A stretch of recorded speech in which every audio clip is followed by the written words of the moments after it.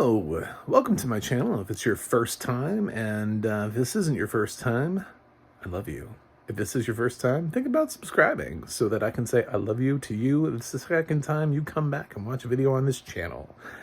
I'm John Stark from MacTheMovieGuy.com, and this is my review of End of the Road. Just in case you were wondering what a white blind film critic thinks about End of the Road, I'm here. Hi, that's me. Yeah, so we're gonna get into a lot about this film, I guess. First of all, this film is on Netflix, and the film stars Queen Latifah, Ludacris, aka Chris Bridges, who is in the same film with Beau Bridges. And I did have that moment where I was like, what if Chris Bridges was Beau Bridges, like the Lost Bridges kid, you know? I know they're not, but it was funny seeing two people with Bridges in the credits, kind of back to back, because Beau was pretty high, and in the credits, and I didn't even know it was Beau Bridges. Like, nobody told me. All you other critics out there, no one thought it was interesting enough to put Beau Bridges in any of your reviews. Like, I had to wait to the credits for the narrator to be like, Beau Bridges, and I was like, oh my, what the. Really? I mean, I know this isn't like his film, but he's worth a mention. His career is worth mentioning. Beau Bridges, you know. So yeah, I'm mentioning it. And there's also two little kids in this film that are really really good. So it is one of those thrillers that we've had before, where somebody drives somewhere or travels somewhere that they shouldn't travel, and things go horribly awry. We've had this type of film has been done from Breakdown to Wrong Turn, honestly, to Deliverance, if we're being really honest. There have been variations on this type of film, just done a lot. I think there was a Russell Crowe movie that I just didn't see. I don't want to throw it in there because I didn't see it. So in case it has nothing to do with what I'm talking about, I will acknowledge that I know there's a Russell Crowe film called Unhinged. I did not see it. I don't know if it's like this. But in case it is, my movie knowledge is fairly strong, and I do remember that film exists. But this film features Queen Latifah. She's sort of going through a little bit of money troubles. Her husband has passed away. She's got Ludacris as her brother, not literally, but you know what I'm saying. He's the assistant manager of a Chick-fil-A. And he is about the kind of character you would expect a film to give to Ludacris. But she's like a super mom. Like, that is the character that they've written for Queen Latifah, which is a character she has also played before a lot. Kind of plays on The Equalizer, to be honest. But here she's not a woman with a particular set of skills, except her skills are in medicine, I guess.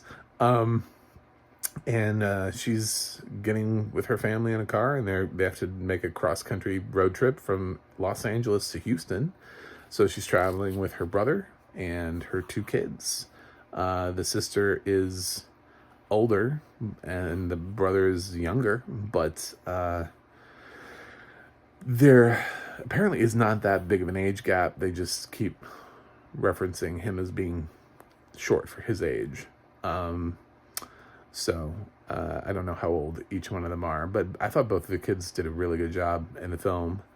Honestly, everybody does a really good job in the film. The film really is not bad. It's not a bad film. It's just the kind of film that is made, and then like a certain part of the internet gets really angry at it. Because apparently other people can't have nice things too. Like, only certain people are allowed to have nice things, and we can't make films that maybe are not what everybody would want, but are made for some people, you know. Um, the film is heavy thematically on racial inequality and the fear of just being black in America. Just to be quite frank and honest, a lot of the choices that are made have to do with the fact that they know where they are, and almost every single white person in this film, I'm not gonna say every, because there are a few white people in the film that there aren't very many characters in the film, but there are a couple like incidental white people that don't just do their job. But yeah, there's a lot of racist white people in this film. It reminded me of all those films where like everyone's a hillbilly. And those films do not star predominantly black casts either. Those films are just white city kids, you know, traveling into the woods, and they run into hillbillies. So we get those films too. It has nothing to do with race. We always find a way of making racists or hillbillies the bad guys in these films. So that's the thing. And they make a lot of choices. There's a scene at the beginning where a guy is just being a dick for the sake of being a dick. But it tracks. It tracks with the kind of shit people would go through, you know, out in the middle of nowhere, where no one can hear you scream, kind of thing. Yeah, it's a nice thriller. It's a nice suspense. It's really tight. It's 90 minutes. The big catalyst is that I guess isn't really a spoiler, but this is what fuels the film. Is while they're on a trip, they are in a hotel room and there's murder, and of course, because she's a nurse, she hears the gunshot, and like after the murderer flees, she tries to go in and see if she can help, and she's trying to save the dude's life. And meanwhile, Ludacris sees a bag of money and he's like, ooh, money. So he takes it. And that becomes problematic because the money's not theirs. The money belongs to a dangerous person. Now, there's some leaps made here. First of all, they try to come back around to explain why the person who was there shooting did not immediately grab the bag of money. I didn't buy that. It didn't really, you know what I'm saying? Like, that didn't really do anything for me. You have one job, and it's a lot of money, and the idea that you thought you were going to come back later was just kind of a bit much. But that's the catalyst. I don't want to like ruin the whole movie for you, because it kind of twists and turns and takes different places, and different things happen, and they go to different parts, and there's a run-in with the Proud Boys. I don't know. I don't know what that group was, but the most overtly racist. I mean, like, even in the audio description, it wants us to know that they have, you know, like Nazi tattoos on them, and they're out in the middle with like this like little shitty militia. I was like, what is this? There's that, and yeah, it's kind of violent, I guess. It's suspenseful. Did I love it all the way? I see a lot of critics bashing this film for all of the wrong reasons. I see a lot of white critics who are like, "Oh, it's too black, you know, it's too anti-white, it's too whatever," and it really makes me want to unfollow those critics. But then I would never get that opinion. I would never know that conversation was being had. I'd never be able to say, "Shut the fuck up," because it doesn't. This is their perspective. This is their story. This is this family's story to be told, And if you think those films don't happen, we've been making them for years. We're just finally making a film with an all-black family cast. You know, this is like if they remade Deliverance, but then put everybody in that boat being black. And then somebody came along and they're like, oh, they're making fun of hill people, and this is just unbelievable. And it's like, but we've made this film before. We made it with white people and you didn't care. So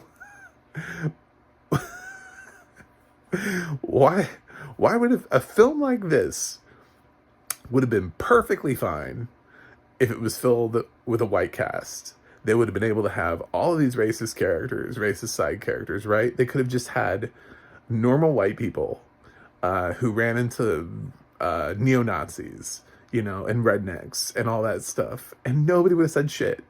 But you put a black family in this cast, and there's a part of the internet that just like loses their fucking minds, and it makes no sense to me because we've made this film before. This is not like the most original concept ever.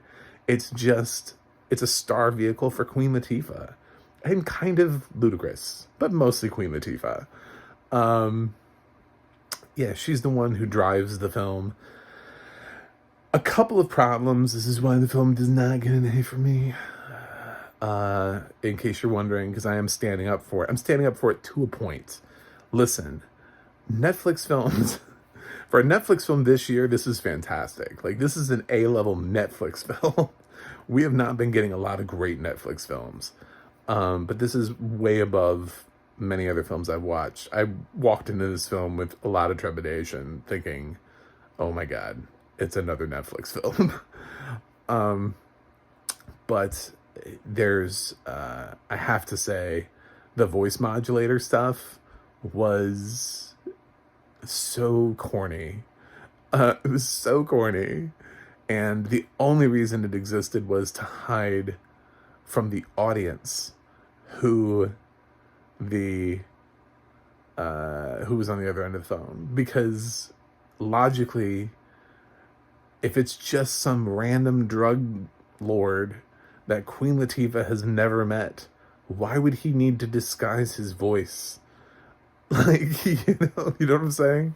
Like, why would he use and such an ugly voice modulator too? It was so cartoonish. It wasn't even scary. It wasn't like Ghostface in Scream. It was just, I don't know. That's such a little detail, but that voice modulator put me off by so much. I totally saw the ending coming. I totally saw that coming. There was not one moment where I did not think that was where the film was headed. Yeah, so there's that. And it's telegraphed by that. It's telegraphed by, why would he need to why does he need to voice modulate? Like, she's in a place where she knows no one, you know. Is it somebody from Los Angeles chasing her? Like, it's very unlikely. So, the only reason she would need a voice modulator is because it was somebody that needed to disguise their voice. Anyway, and yeah, so that's kind of the other thing. The other thing that the film doesn't address is, let me just say that her car gets some mileage, because my God, they've got Queen Latifah driving all over Hell's Half Acre in this film. I don't know. She gasses up at like the beginning of the film, and it becomes like a plot point. But she gasses up at the beginning of the film, and her car is like never running out of gas. I don't know. They're out in the middle of nowhere, and she's having to drive back and forth out to places in the middle of nowhere, and her car just never seems, her phone battery is running out at a point in the film, but her car's gas is just never ending. It's a never ending amount of gas. So gas never seems to be a problem for her. The film never, just with the amount of driving that she does, gas should be a problem at some point. They should have run out of gas, but they never do. And I couldn't, I can't, this dude cannot abide by that. So the problems that I have with the film are just like little things. It has nothing to do with the things that too many other people have a problem with in this film. So I really do hope that people check out End of the Road. I thought it was a pretty good thriller. It reminded me a lot of Breakdown, which is one of my favorite films in this genre, the Kurt Russell film where they try to gaslight him into believing like his wife never existed. That was a decent mid-90s thriller. And so check out Into the Road and be open-minded and not an asshole. Just because the film has a black cast and a different perspective than yours, that's what I enjoy about films. I enjoy films that are not just the singular same perspective over and over. I get to hear so many different stories told from so many different perspectives by different filmmakers and actors and writers. And if it was the same thing, it would be boring. The hate that this film is getting from certain parts of the internet is just ridiculous. I'm going to give End of the Road a B. Yeah. So it's a decent film, and for a Netflix film, it would be winning a Netflix Oscar this year, based on all of the other films I've seen. So that's it from me. Check out my website, macmoviiguy.com, for more reviews. You can go to the audio description project, adp.acb.org, and see what other films have audio description where you can watch them. And then also the adna.org to see who's narrating what. This was actually narrated, I should say, it was narrated by Jedediah Barton. So, one of my favorite narrators, and he did a great job narrating it. So, last little shout out at the end. Should have thrown that in there. I need to talk about audio description more. Sometimes I get so into a movie or other critics being mean to a movie for no reason whatsoever. That's it. All right. So enjoy End of the Road. It's not terrible. That's it for me. I got to go review something else, and I will see you on the other side.